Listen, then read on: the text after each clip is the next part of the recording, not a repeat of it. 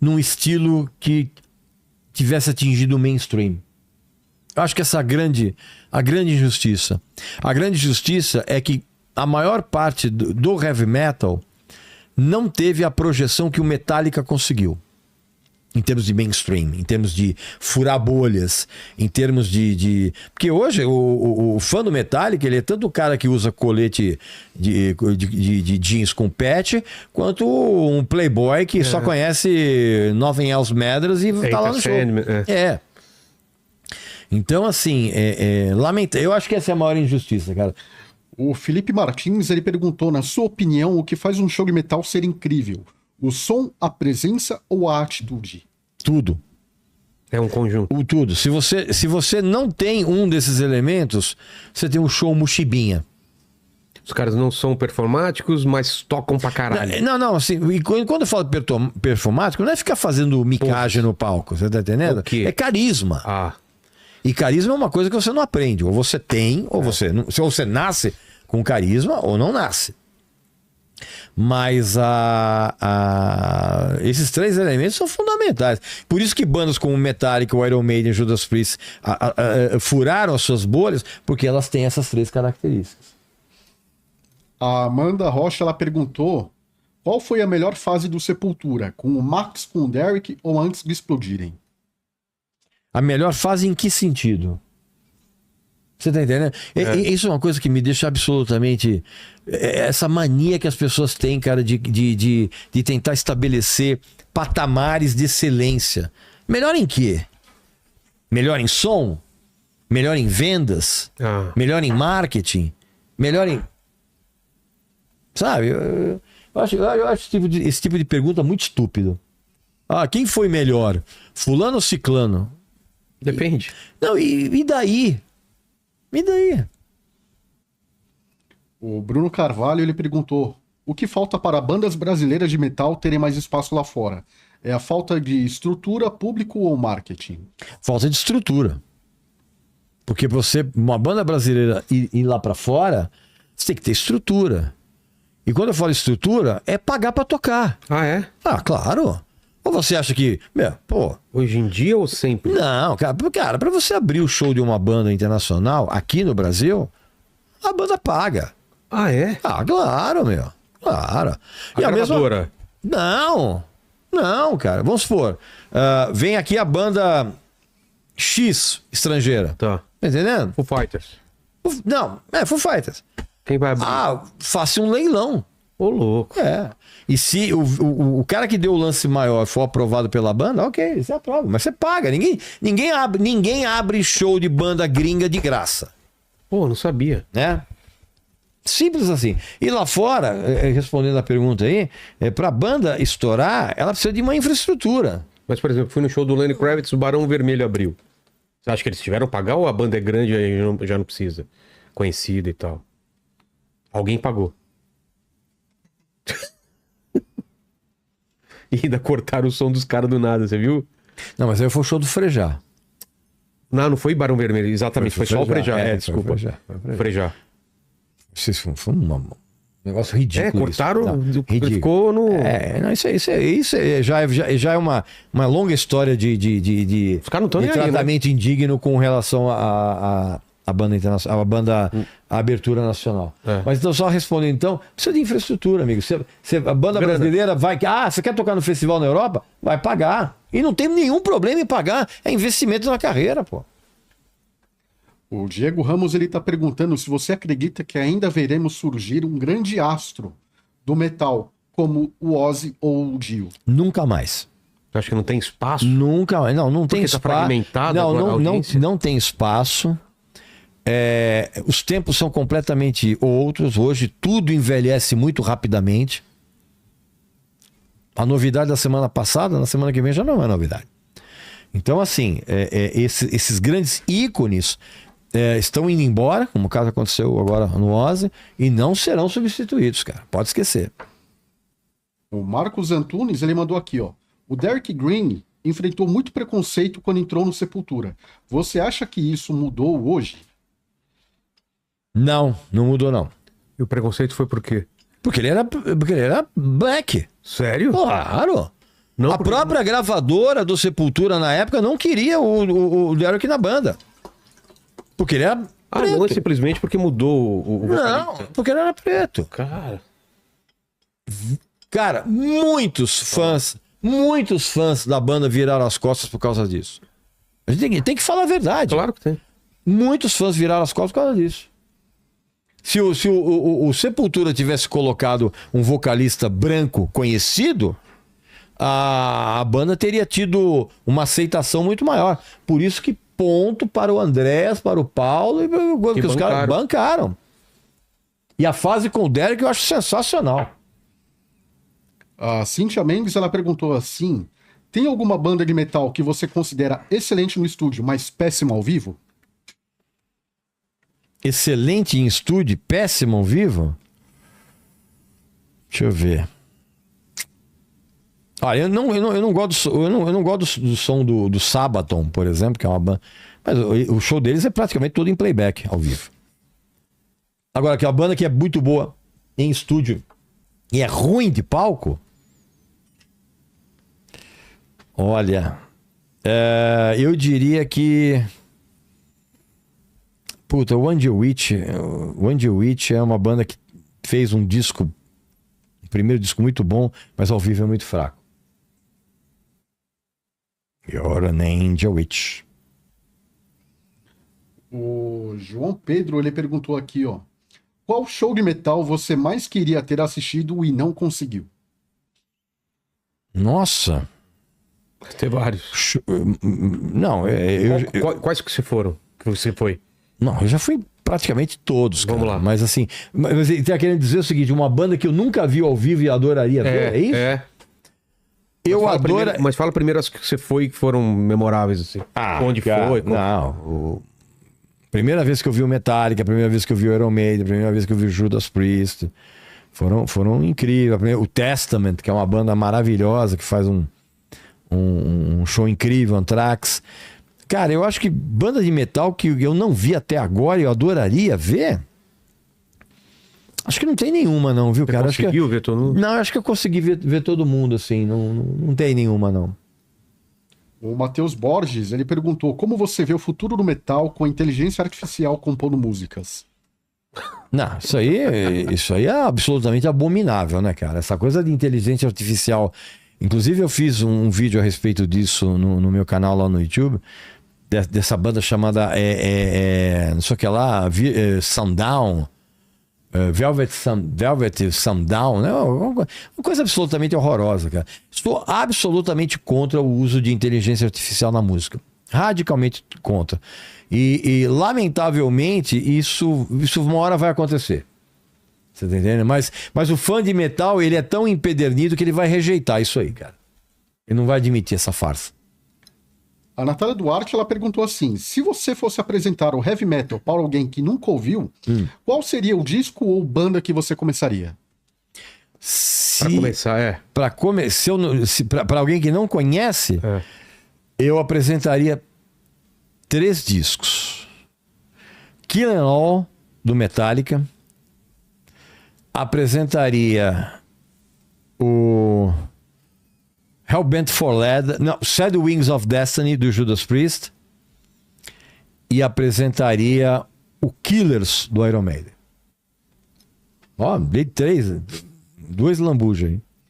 O Rafael Teixeira, ele perguntou: por que o heavy metal ainda atrai mais homens do que mulheres? É pelo som, imagem ou pela cultura? Eu acho que é pelos 3 fatores, cara. Pelo som, pela imagem e pela cultura. Porque a imagem é muito masculinizada. Muito. Ela é uma imagem que procura produzir ícones que não se pautam pela beleza estética. O som é muito agressivo e não são todas as garotas que são...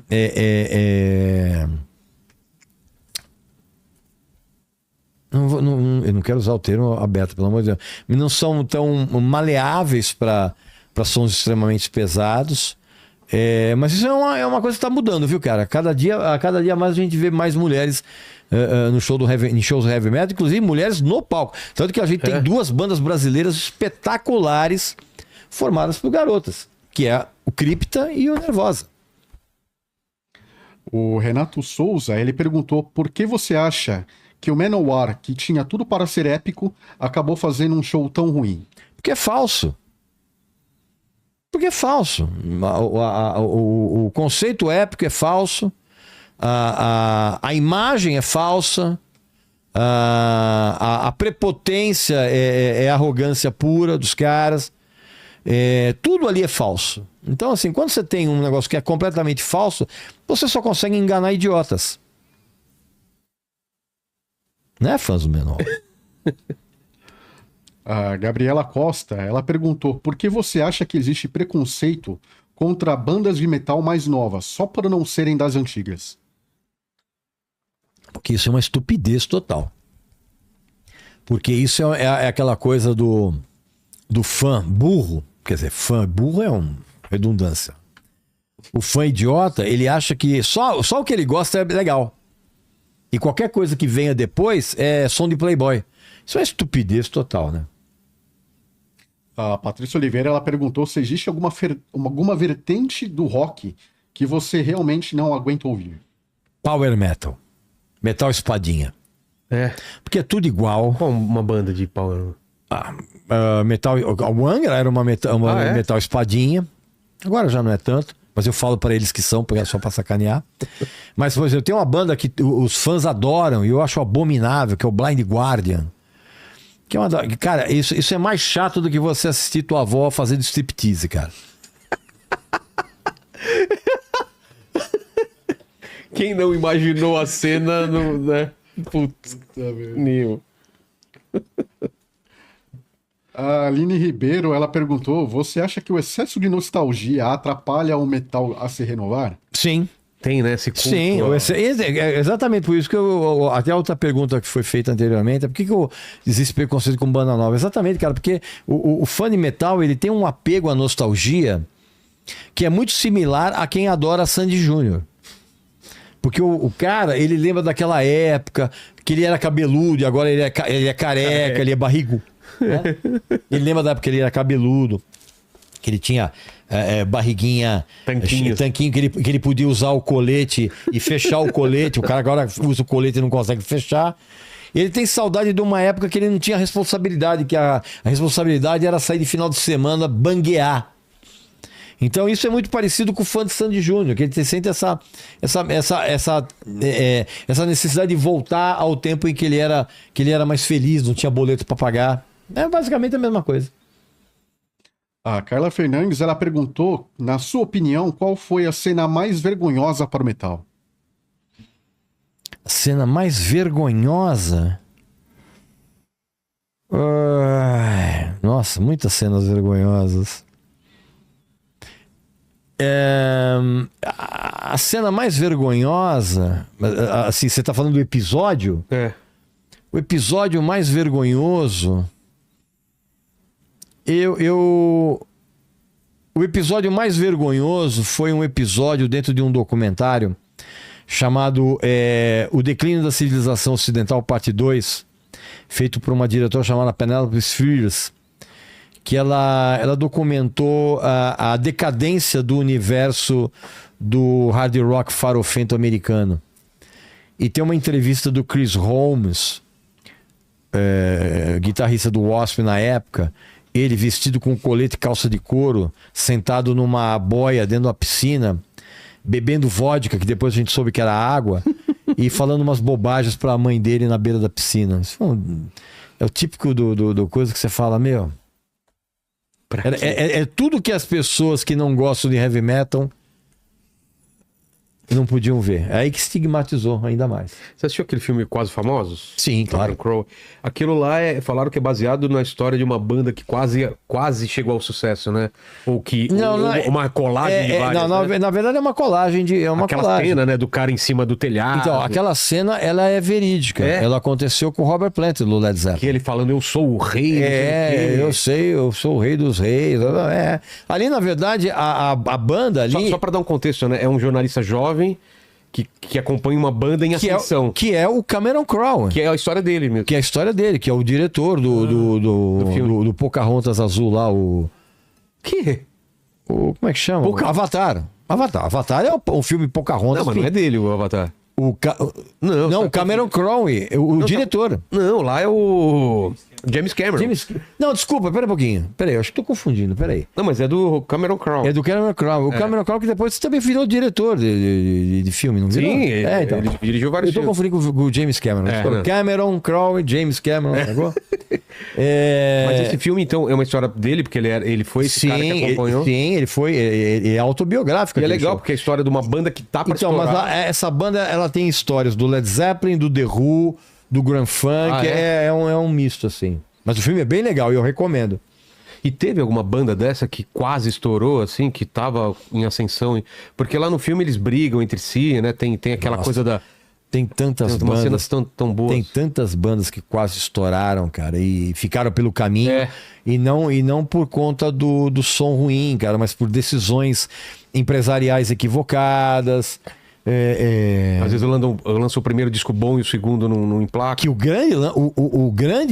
disco mais importante da carreira de alguém... Não fala que é o segundo disco. É o segundo disco. Porque o primeiro você tem a vida inteira pra fazer, né? E você coloca tudo de melhor do que você conseguiu até então. Depois você tem 1 ano, 2 anos pra fazer. Você tem 6 meses. 6 meses pra fazer. 6 meses depois. E tá todo mundo falando, e aí? Cadê a parte 2? Cadê a coisa genial? Cadê a parte 2? Pois é. O mais difícil. O mais difícil, o mais importante. Se a banda passa por esse... Se a banda passa pelo segundo disco, raramente ela se dá mal. Faz sentido. Raramente.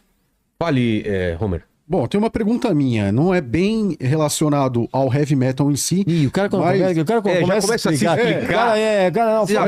Lá vem. Ô, Pirulito. O que você acha da entrada do Eloy Casagrande no Sepultura? Ele dá um... No Sepultura não, desculpa, no Slipknot. Ele dá um up no rock atualmente? Não dá um up no rock. Ele deu um up na banda. Porque o Eloy Casagrande... O Eloy Casagrande, eu defendo a tese que o Eloy Casagrande é um alienígena.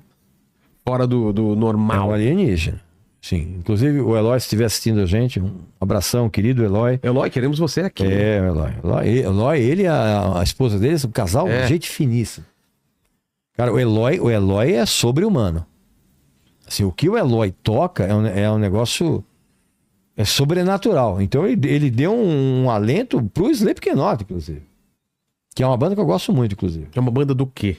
Que som que eles fazem? O Slipknot é metal total. Metal? É, quase industrial. Tem também o industrial? Tem metal industrial. Qual que é a pegada? O metal industrial, ele é um tipo de metal em que ele usa muitas timbragens metálicas, sabe? Não é à toa que o Slipknot tem os tambores ali de metal. Sei. Mais um rótulo que as pessoas inventam. Fala, Homer. Patrícia Oliveira perguntou aqui, mais uma do Manowar. Como foi encarar os fãs depois de falar mal daquele show do Manowar? Já teve medo de agressão? Claro que não, imagina. Primeiro que o fã que fica latindo muito, ele não morde. Né? Não, imagina, de forma nenhuma ali. E ali é o seguinte, uma coisa que a gente aprende, eu fiz um pouquinho de artes marciais, e uma coisa que a gente aprende é o seguinte, se você está cercado por alguém que quer te pegar, é muito simples. Primeiro, você não abaixa a cabeça, jamais. E se você vê que vai entrar briga mesmo, escolhe um. Escolhe um para mandar para o hospital. Você pode até depois apanhar, mas escolhe um para mandar para o hospital. Então, como ali naquele episódio clássico, eu não abaixei a cabeça, não sei o que, a pessoa ficou só latindo. E é engraçado que no final, depois daquele show, eles provaram a minha tese, né? Porque o show foi tão ruim que os próprios fãs ficaram indignados com o show e fizeram uma queima coletiva de camisetas no estacionamento do Credit Card Hall.